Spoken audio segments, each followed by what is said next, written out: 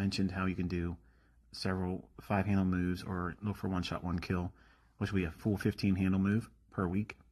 That's what it looks like here. And you can see the buy side being taken. I'll show you the details. And you can see